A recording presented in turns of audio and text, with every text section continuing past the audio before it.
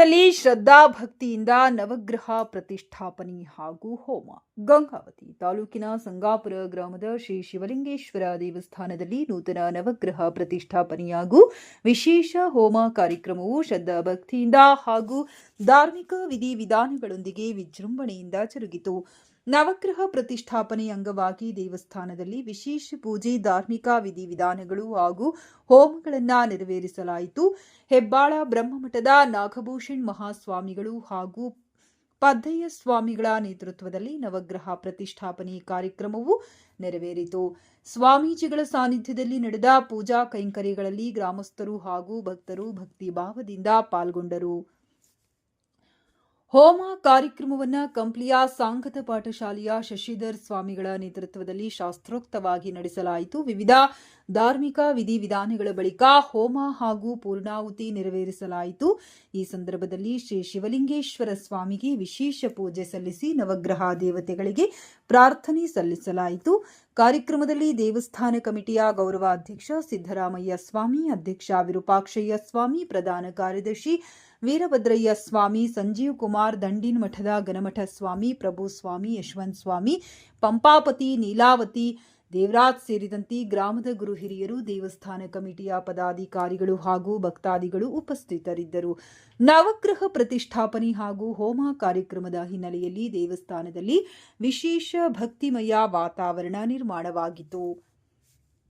ಗ್ರಾಮದ ವಿವಿಧ ಭಾಗಗಳಿಂದ ಆಗಮಿಸಿದ್ದ ಭಕ್ತರು ಪೂಜಾ ಕಾರ್ಯಕ್ರಮಗಳಲ್ಲಿ ಭಾಗವಹಿಸಿ ಶ್ರೀ ಶಿವಲಿಂಗೇಶ್ವರ ಸ್ವಾಮಿಯ ದರ್ಶನ ಪಡೆದು ಆಶೀರ್ವಾದ ಪಡೆದರು. ಕಾರ್ಯಕ್ರಮದ ನಂತರ ಭಕ್ತರಿಗೆ ಪ್ರಸಾದ ವಿತರಿಸಲಾಯಿತು. ಗ್ರಾಮಸ್ಥರು ಹಾಗೂ ದೇವಸ್ಥಾನ ಕಮಿಟಿಯವರು ಕಾರ್ಯಕ್ರಮವನ್ನು ಯಶಸ್ವಿಯಾಗಿ ನಡೆಸಲು ಸಹಕರಿಸಿದರು. ನೂತನ ನವಗ್ರಹ ಪ್ರತಿಷ್ಠಾಪನೆಯಿಂದ ಗ್ರಾಮದ ಆಧ್ಯಾತ್ಮಿಕ ಹಾಗೂ ಧಾರ್ಮಿಕ ಪರಂಪರೆಗೆ ಮತ್ತಷ್ಟು ಮೆರುಗು ಬಂದಂತಾಗಿದೆ ಎಂದು ಭಕ್ತರು ಸಂತಸ ವ್ಯಕ್ತಪಡಿಸಿದರು.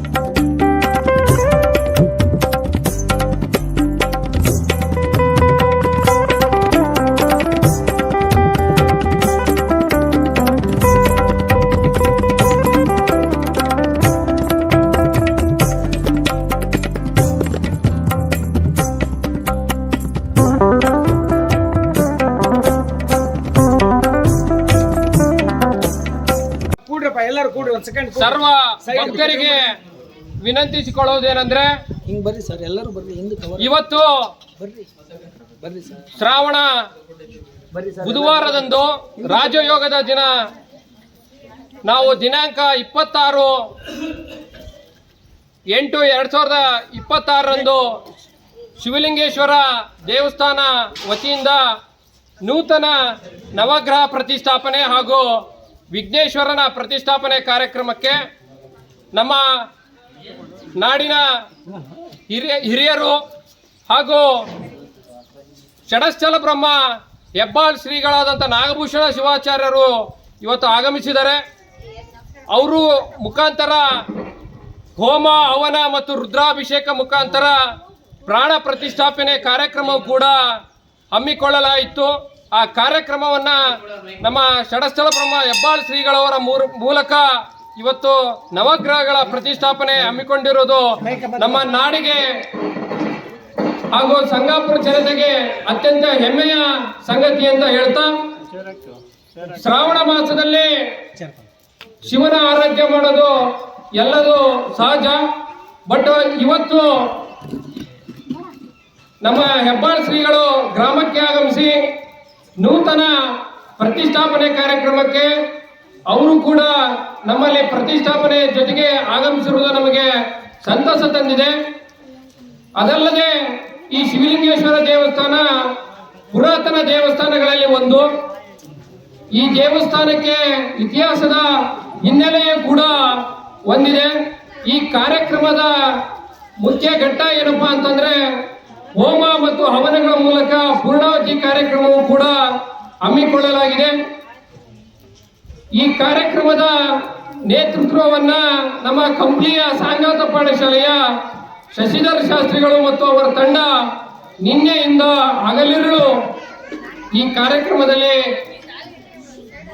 ಪಾಲ್ಗೊಂಡು ಕಳಸಾರೋಹಣ, ನವಗ್ರಹ ಶಾಂತಿ ಮತ್ತು ಮಹಾಮಂಗಳಾರತಿ ಜೊತೆಗೆ ಗೌರಿಯ ಒಂದು ಶಾಂತಿಯನ್ನು ಕೂಡ ಮಾಡಿದ್ದಾರೆ. ಅದಲ್ಲದೆ ಈ ಕಾರ್ಯಕ್ರಮ ದಿನ ದಿನ ವರ್ಷದಿಂದ ವರ್ಷಕ್ಕೆ ಹೀಗೆ ಬೆಳೀಲಿ.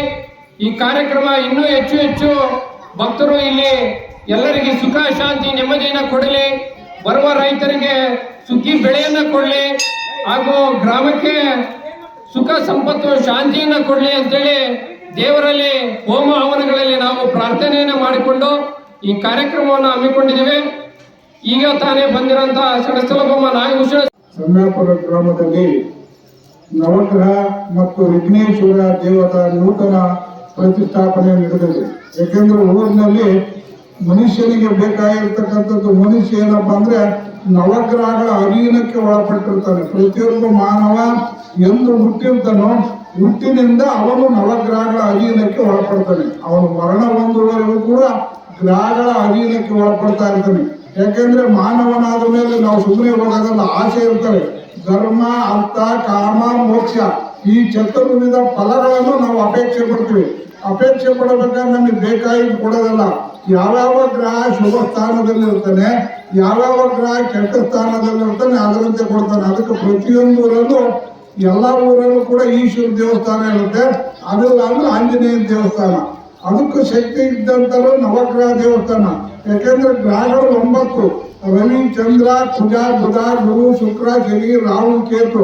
9 ಗ್ರಹಗಳಲ್ಲಿ ಪ್ರಮುಖವಾಗಿ ನಮಗೆ ಫಲವನ್ನು ಕೊಡ್ತಕ್ಕಂಥವು, ಕಷ್ಟವನ್ನು ಕೊಡ್ತಕ್ಕಂಥವು ಯಾರಪ್ಪ ಅಂದ್ರೆ ಗುರು ಮತ್ತು ಶನಿ, ರಾಹು, ಕೇತುಗಳು. ಯಾಕೆಂದ್ರೆ ಉಳಿದ ಗ್ರಹಗಳೆಲ್ಲ ಮತ್ತೆ ರವಿ, ಶುಕ್ರ, ಬುಧ ಇವರೆಲ್ಲ ಗುರು, ಇವರು 1 ತಿಂಗಳು ಇರ್ತಾರೆ. ಇವರು ಒಂದೇ ತಿಂಗಳು ಫಲ ಕೊಡ್ಬೇಕಾದ್ರೆ ನಮ್ಮ ರಾಶಿಗೆ ಯಾವಾಗ ಒಳ್ಳೆ ರಾಶಿ ಬಂದಾಗ ಒಳ್ಳೆ ಫಲ ಕೊಡ್ತಾರೆ, ಕೆಟ್ಟ ರಾಶಿ ಬಂದಾಗ ಕೆಟ್ಟ ಫಲ ಕೊಡ್ತಾನೆ. ಕುಜ ಇರ್ತಾನು ಭೂಮಿಕಾರಕ, ಅವನು 1.5 ತಿಂಗಳು ಇರ್ತಾನೆ ಒಂದು ರಾಶಿ ಒಳಗೆ. ಒಳ್ಳೆ ಸ್ಥಾನದಲ್ಲಿದ್ರು ಒಳ್ಳೆ ಸ್ಥಾನ, ಕೆಟ್ಟದಲ್ಲಿ ಕೆಟ್ಟದ. ಶುಕ್ರನು ಕೂಡ ಮತ್ತೆ ರಾಹು ಕೇತುಗಳು 1.5 ವರ್ಷ ಇರ್ತಾರೆ. 1.5 ವರ್ಷ ಇದ್ದಾಗ ಏನ್ ಮಾಡ್ತೀವಿ, ನಮಗೆ ಯಾಕೋ ಸರಿ ಇಲ್ಲ, ಗ್ರಾಚಾರ, ಕಾಡಾಟ, ಅವು ಇವು ಏನೋ ಮಾಡಿಸಿದರೆ, ಮಾಟ ಮಂತ್ರ ಇಂಥವು ಕೇಳ್ತೀವಿ. ರಾಹು ಕೇತುಗಳು ಏನ್ ಮಾಡ್ತವೆ, ಕೆಟ್ಟದ್ದು ಮಾಡ್ತವೆ. ಅದಕ್ಕೆ ವಿವಾಹಕಾರಕ ಕಾಳ ಸರ್ಪ ದೋಷ ಅಂತ ಬರ್ತೇವೆ, ರಾಹು ಕೇತು ದೋಷ ಅಂತ ಬರ್ತೇವೆ. ಇಂಥದ್ದು ಮಾಡ್ತವೆ. ಗುರು ಯಾವ ರಾಶಿ ಬಂದ್ರು ಕೂಡ 1 ವರ್ಷ ಇರ್ತಾನೆ. 1 ವರ್ಷದಲ್ಲಿ ಒಳ್ಳೆ ಫಲದಲ್ಲಿದ್ರೆ ಗುರು ಒಳ್ಳೆ ಸ್ಥಾನ ಕೊಡ್ತಾನೆ, ಕೆಟ್ಟ ಫಲದಲ್ಲಿದ್ರೆ ಅದಕ್ಕೆ ಯಾರೇ ಪಂಚಾಂಗ ಕೇಳಕ್ ಹೋದ್ರೆ ಏನ್ ಮಾಡ್ತಾರೆ, ಶನಿ ಗುರು ಹೆಂಗೆ ಅಂತ ಕೇಳ್ತಾರೆ, ಬೇರೆ ಕೇಳೋದಲ್ಲ. ಅವನು 1 ವರ್ಷದಲ್ಲಿ ಇರ್ತಾನೆ. ಶನಿ ಮಾತ್ರ 1 ರಾಶಿಗೆ ಬಂದ್ರೆ 2.5 ವರ್ಷ ಇರ್ತಾನೆ. ಯಾರು ನಮ್ಮ ರಾಶಿಗೆ, ನಮ್ಮ ಜನ್ಮ ರಾಶಿ ಆಗ್ಲಿ ನಡೆಯ ರಾಶಿಗೆ ಇಂದು ಮುಂದಿನ 2 ರಾಶಿಗಳು 7.5 ವರ್ಷ ಆಗ್ತಾರೆ, ಅದಕ್ಕೆ 7.5 ಅಂತಾರೆ. ಶನಿ ಏನ್ ಮಾಡ್ತಾನೆ, 7.5 ಇದ್ದಾಗ ಬಹಳ ಕಷ್ಟ ಕೊಡ್ತಾನೆ ಮನುಷ್ಯನಿಗೆ, ಅನೇಕ ತೊಂದರೆ ಕೊಡ್ತಾನೆ. ಅದರಿಂದ ನವಗ್ರಹಗಳನ್ನು ನಾವು ಯಾಕೆ ಪ್ರತಿಷ್ಠಾಪನೆ ಮಾಡ್ತಾರೆ ಅಂದ್ರೆ ಶನಿವಾರ ಶನಿದೇವರಿಗೆ, ಗುರುವಾರ ಗುರುರಾಯನಿಗೆ. ನಮಗೆ ಕಷ್ಟ ಬಂದಾಗ ಕಟ್ಟೆ ಕಾಲಿಡಬಾರ್ದು. ಯಾವಾಗ ನಮಗೆ ಬಿಡುವುದಾಗೆಲ್ಲ ಕೂಡ ಆ ದೇವಸ್ಥಾನ ಶಿವಮಂದಿರಕ್ಕೆ ಹೋದಾಗ ನಮಗೆ ಸಿಗ್ತಕ್ಕಂತ ಶಾಂತಿ ನೆಮ್ಮದಿ ಬೇರೆ ಸಿಗದಲ್ಲ. ಅದರಿಂದ ಈ ದಿವಸ ಆಡಳಿತ ಮಂಡಳಿಯವರು ಒಳಗಡೆ ಇತ್ತು ಇದು ದೇವಸ್ಥಾನ. ನಾನು ಧ್ವಜಸ್ತಂಭವನ್ನು ಈ ಒಂದು 30 ವರ್ಷದಲ್ಲಿ ಆಚಾರ್ಯ ಪ್ರಾಣ ಪ್ರತಿಷ್ಠಾಪನೆ ಮಾಡಿದ್ರು. ಒಂದು 30 ಧ್ವಜಸ್ತಂಭವನ್ನು ನಾವೇ ಮಾಡಿದ್ರು. ಈ ದಿವಸ ನವಗ್ರಹ ಮತ್ತು ವಿಘ್ನೇಶ್ವರನ್ನು ಮಾಡಿದರೆ ಎಲ್ಲರೂ ಕೂಡ ನೀವು ಯಾವ ರೀತಿಯಾಗಿ ದೇವರುಗಳಿಗೆ ನಾವು ಭಕ್ತಿಯಿಂದ ಆ ನವಗ್ರಹಗಳಿಗೆ ನಾವು ನಡ್ಕಂತೀವೋ ಅವ್ರಿಗೆ, ಯಾಕೆಂದ್ರೆ ನವಗ್ರಹಗಳು ಇರ್ತಕ್ಕಂಥದ್ದು ನಮಗೆ ಆಯಸ್ಸು ಎಷ್ಟು ಕೊಟ್ಟಾರಪ್ಪ ಅಂದ್ರೆ 120 ವರ್ಷ. ಎಲ್ಲಾ ಗ್ರಹಗಳ ದಶೆ ಸೇರಿ 120 ವರ್ಷ. ಒಂದೊಂದು ಗ್ರಹ ದಶೆಗೂ ಕೂಡ ರವಿಗೆ 6 ವರ್ಷ, ಚಂದ್ರನಿಗೆ 10 ವರ್ಷ, ಕುಜನಿಗೆ 7 ವರ್ಷ, ಮತ್ತೆ ಬುಧನಿಗೆ 17 ವರ್ಷ, ಗುರುವಿಗೆ 16 ವರ್ಷ, ಶುಕ್ರನಿಗೆ 20 ವರ್ಷ. ಅದಕ್ಕೆ ಶುಕ್ರ ದೇಶ ಅಂತಾರೆ. 20 ವರ್ಷ ಯಾಕೆಂದ್ರೆ ಇವ್ರು ಒಳ್ಳೆ ಶುಕ್ರ ದೇಶ ಬಂದೈತೆ ಏರ್ತಾರೆ ಅಂತಾರೆ. ಶನಿಗೆ 19 ವರ್ಷ, ರಾಹು ಕೇತು 18 ವರ್ಷ, ಕೇತು 7 ವರ್ಷ. ಈ ರೀತಿ ಎಲ್ಲವೂ ಸೇರಿ ಎಷ್ಟಾಗುತ್ತೆ 120 ವರ್ಷ. ನಮ್ಗೆ ಆಯಸ್ಸು 120 ವರ್ಷ. ನಾವು ಅಲ್ಲಿವರೆಗೂ ಬರೋದಲ್ಲ, 60 ವರ್ಷ ಬದುಕೋದೀಗ. ಯಾಕೆಂದ್ರೆ ನಾವು ಒಳ್ಳೆ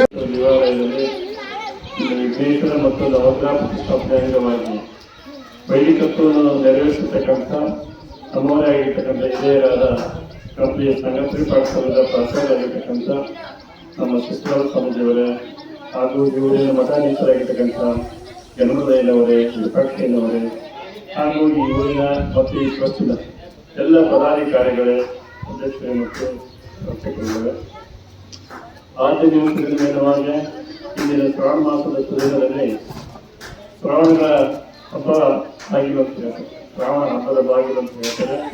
ಹೀಗಾಗಿ ನಾವು ಮೊದಲಿಂದ ನಾಗರ ಪಂಚಮಿಯನ್ನು ಆಚರಿಸ್ಕೊಂಡು ಬಂದ್ವಿ. ಆನಂತರ ಮತ್ತೆ ಮುಂದೆ ಬೇರೆ ಬೇರೆ ಹಬ್ಬಗಳನ್ನು ನಾವೆಲ್ಲ ಆಚರಿಸ್ಕೊಂಡು ಹೋಗ್ತೀವಿ ಮೇಲೆ. ಆದರೆ ಶಿವನೇ ಆಧಾರ ಅನ್ನೋದು ಸಹ ಶಿವನ ಮಕ್ಕಳಾಗಿರ್ತಕ್ಕಂಥವ್ರು, ಶಿವನ ಒಡನಾಡಿಗಳಾಗಿರ್ತಕ್ಕಂಥವ್ರು ಆರಾಧ್ಯ ಬಹಳ ಮುಖ್ಯ. ಆ ರೀತಿಯಾಗಿರ್ತಕ್ಕಂಥ ಈ ಗಣಾಧೀಶ್ವರಲ್ಲಿ ಎಲ್ಲರನ್ನೂ ನಾವು ಪ್ರಾರ್ಥನೆ ಮಾಡುತ್ತಾ, ಅಧಿದೇವರಾಗಿರ್ತಕ್ಕಂಥ ಇವತ್ತು ನಮಗೆ ಕಾಡಾಟ ದೇವರುಗಳು ಯಾರಾದ್ರೂ ನಮ್ಮ ಶಾಸ್ತ್ರಗಳು ಬಹಳ ಸವಿಸ್ತಾರವಾಗಿ ಹೇಳಿದ್ದಾರೆ. ಯಾವ್ಯಾವ ಪದ ಹೇಗೆ ಕೊಡ್ತಾರೆ, ಏನೇನು ಮಾಡ್ತಾರೆ, ಗುರು ಏನು, ಶನಿ ಏನು, ರಾಹು ಏನು, ಕೇತು ಏನು ಅಂತಕ್ಕಂಥದ್ದು ಪ್ರತಿಯೊಬ್ಬರ ಜೀವನದಲ್ಲಿ ಬರ್ತಾರೆ ಇರಲ್ಲ. ನನಗೂ ನಿನಗೂ ಅಂತಲ್ಲ, ಎಲ್ಲರ ಜೀವನದಲ್ಲಿ ಇವರ ಆಟ ನಡೆದಿದೆ. ಅವರ ಆಟಕ್ಕೆ ಬದಲು ಮಾಡ್ಬೇಕಂದ್ರೆ ನಾವೆಲ್ಲ ಪೂಜಾ ಪುರಸ್ಕಾರಗಳು, ಜಪ ತಪಗಳು, ಹೋಮ ಹವನಗಳ ರೀತಿಗಳನ್ನು ಮಾಡಲೇಬೇಕಾಗುತ್ತೆ. ಅಂತ ಒಂದು ನಮ್ಮ ವೈಯಕ್ತಿಕವಾಗಿ ಮಾಡಿಕೊಂಡ್ರೆ ಅದು ನಮ್ಮ ವೈಯಕ್ತಿಕ ಆಗುತ್ತೆ. ಇದು ಸಾರ್ವತ್ರಿಕವಾದ ಒಂದು ಪ್ರಾರ್ಥನೆ. ದೇವಾಲಯಗಳಾಗಿರ್ಬೋದು, ನವಗ್ರಹ ಸ್ಥಾಪನೆ ಆಗಿರ್ಬೋದು, ವಿಘ್ನೇಶ್ವರ ಆಗಿರ್ಬೋದು, ಎಲ್ಲರ ಸಾರ್ವತ್ರಿಕವಾದ ಒಂದು ಸುಖ ಶಾಂತಿ ಇದೆ. ಸರ್ವೇ ಜನ ಸಿಗ್ನೋ ಭವಂತು ಅಂತ ನಾವು ಹೇಳ್ತಿಲ್ಲ. ಸರ್ವರ ಹಿತಕ್ಕಾಗಿ ಮಾಡತಕ್ಕಂಥ ಈ ದೇವಾಲಯಗಳ ಕಾರ್ಯ ಏನಂದ್ರೆ ನಮ್ಮೆಲ್ಲರ ಉದ್ಧಾರಕ್ಕಾಗಿ ನಮ್ಮ ಊರಿನ ಗ್ರಾಮದ ಸುಖ ಶಾಂತಿ ಮಾಡುವಂತ ಈ ಕಾರ್ಯಕ್ರಮ. ಇಂಥ ಕಾರ್ಯಕ್ರಮದಲ್ಲಿ ನೀವು ಬಂದ ಕಾರ್ಯಕ್ಕೆ ನಾನು ಬಂದೆ, ನಾನು ಬಂದ ಕಾರ್ಯಕ್ಕೆ ನೀವು ಬಂದಿರಿ, ನೀವು ನಾವು ಬಂದ ಕಾರ್ಯಕ್ಕೆ ಕೂಡ ಸಂಗಮನಾಥನೇ ಬಂದ ಎನ್ನುವ ಹಾಗೆ ಏನೋ ಯೋಗ ನಮಗೆ ವಿಪಕ್ಷಿ ಸ್ವಾಮಿ ಹೇಳಿರ್ತಾನೆ.